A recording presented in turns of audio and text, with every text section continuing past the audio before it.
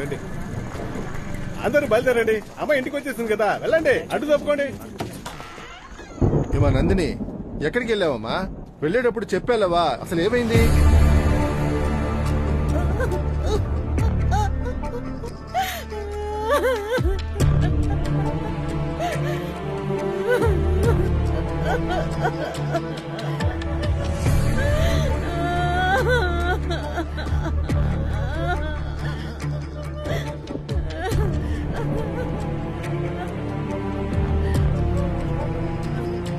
నాన్న వాళ్ళ దగ్గర నుంచి తప్పించుకుని వచ్చేసాను, కానీ వాళ్ళు ఇంకా అక్కడే ఉన్నారు. పోలీసులకి ఫోన్ చేద్దాం అంటే నా ఫోన్ లో చార్జ్ లేదు.